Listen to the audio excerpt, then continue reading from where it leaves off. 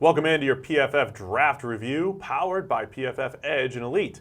Today it's all about the Atlanta Falcons, Sam, and I really loved their first two picks. Two picks that affect the pass game: receiver Calvin Ridley, cornerback Isiah Oliver.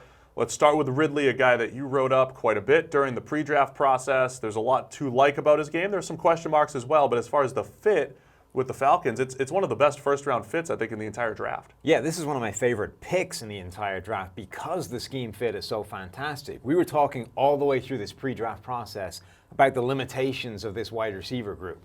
And the phrase we kept using was, there's no Julio Jones in this draft class. And it's perfect because the Falcons take a guy who goes to Atlanta who already has a Julio Jones, the Julio Jones. Perfect compliment. So all they need is Calvin Ridley to be this secondary option to Julio Jones, and that I think he will do fantastically because his route running skills are next level stuff. Like, he does things nobody else in this draft class can do. He doesn't just run crisp routes, the kind of thing that will break open because he's a quick and shifty mover. He understands how to move defensive backs around the field by the way he sets them up, with his release, with the way he runs his routes. It's incredible watching him work.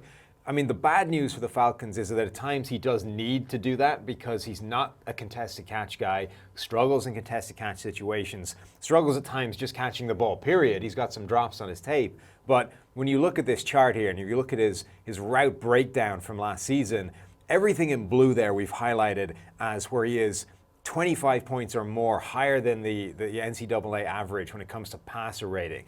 And those are all the breaking routes, whether it's crossers, whether it's slants, out routes, in routes, anything where you can see a sharp break, and it's that route running skills that is getting him wide open on those throws and allowing what was a bad quarterback situation at Alabama to put up major numbers when it comes to passer rating. Now think about what happens when you replace a bad quarterback situation with Matt Ryan, the NFL's highest paid quarterback. I think you're going to see some fireworks with Calvin Ridley. Yeah, I'm definitely with you on the route running part of it. You mentioned the drops. He dropped 23 out of 247 catchable passes in his career. That's over the last 3 years.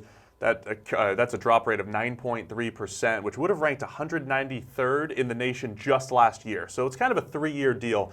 But I don't want to focus on the drops because I'm with you on the route running and I'm with you on the fit with the Falcons. If we just go through their recent history of this offense, in 2015, we were saying, hey, look, Matt Ryan was better than his stats. The stats weren't great, but when you look at that offense, it was Julio Jones and nobody else. It was an aging Roddy White. It was Leonard Hankerson, nobody that could separate.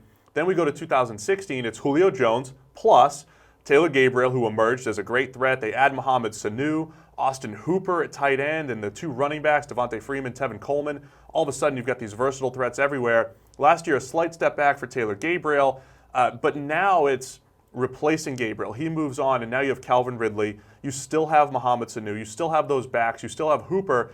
That's the way to create passing offense in the NFL, is have these different style, versatile threats. You've been mentioning the route running and the underneath stuff. He's explosive, too. He can get down the field. He can get open underneath.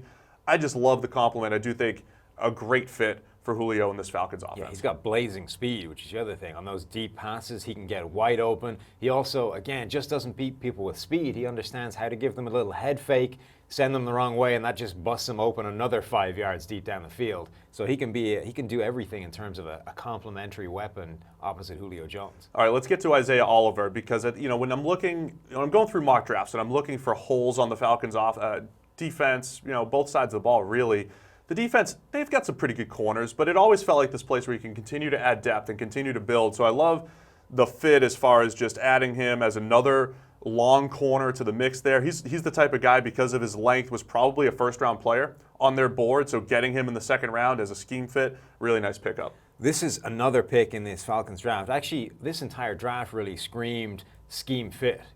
Some of these, there's a theme for a lot of these NFL drafts you can put your finger on once you start looking at them in their entirety. This, I think, is stocked full of more perfect scheme fits than almost any other draft. Oliver is a specific type of corner. He is that long, rangy corner, the guy that's tall, doesn't have blazing quickness, struggles a little bit more on underneath concepts against shifty slot-type receivers. But for this defense, I think he's the perfect fit.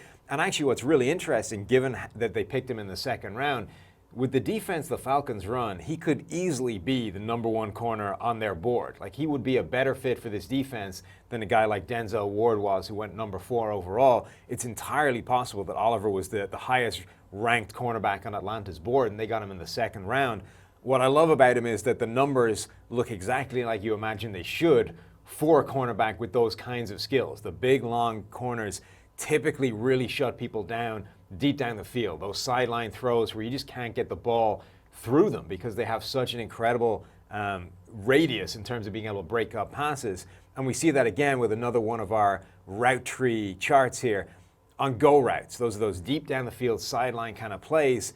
He allowed a pass rating of just 23.8 last season. That's 67 points below the NCAA average. That's an incredible figure.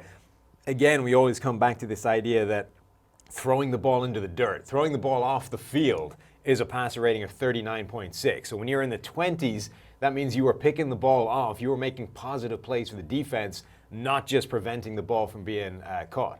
Yeah, so the thing that really shows up on those down the field passes too is that length and the stuff that the Falcons system, which is that iteration of the Seahawks system, which, you know, of course started with Richard Sherman and the length on the outside. He's just a great fit for all of that, especially when you talk about the man coverage that they're trying to play now in that cover 1, cover 3 scheme. You can play better matchups with him playing against the taller receivers because he's not great on the lateral stuff. He's not great on the inside-outside type of routes.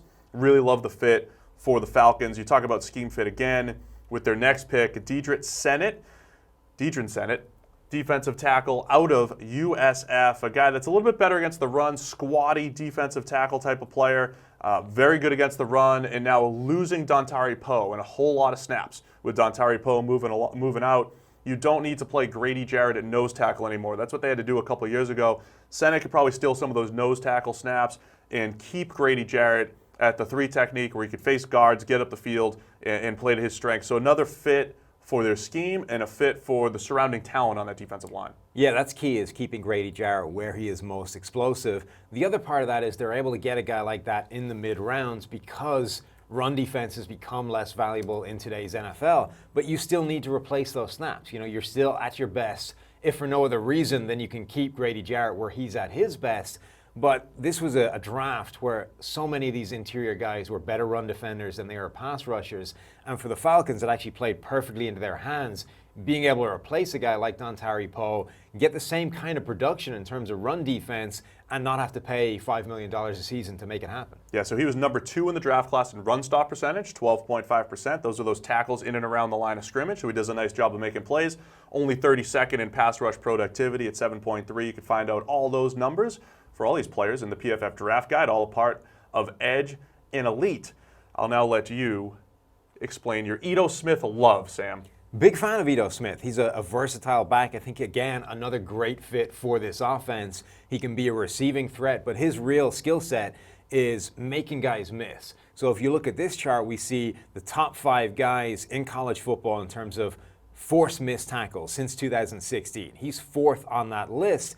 Number 2 is Saquon Barkley, but he's the only guy in this draft class that is above Ito Smith. So despite Rashad Penny breaking more than 80 tackles last season on the ground, leading the nation, Ito Smith still has more since 2016 than Rashad Penny does. This is a guy who will make you miss in tight quarters. We saw him at the Senior Bowl as well, flash those receiving skills and one-on-one drills. I think he could be a great complement back to this offense that is looking to replace those running backs that may be getting more expensive or moving on from them. He could be the next one of those backs to be very productive in the system. Yeah, Devontae Freeman heading into year 5, Tevin Coleman heading into year 4, just adds a little bit more depth and perhaps, you know, the heir apparent to one of those guys in this 2 running back system. It's a really nice draft for the Atlanta Falcons. Only had the 6 overall selections. Russell Gage, the 6th round wide receiver, has a little bit of special teams value. They love him as a gunner, and he joins special team ace Justin Bethel, who they brought in. It looks like they were really focusing on their special teams this offseason as well. Pro Bowl corner, Steve. What are you talking about? They did describe him as a Pro Bowl corner, which is maybe a little misleading. He's a Pro Bowl special teamer. But either way, we love what the Falcons have done, and, you know, just adding even more depth to one of the best rosters in the NFL. There you have it, your Atlanta Falcons PFF Draft Review, powered by PFF Edge and Elite.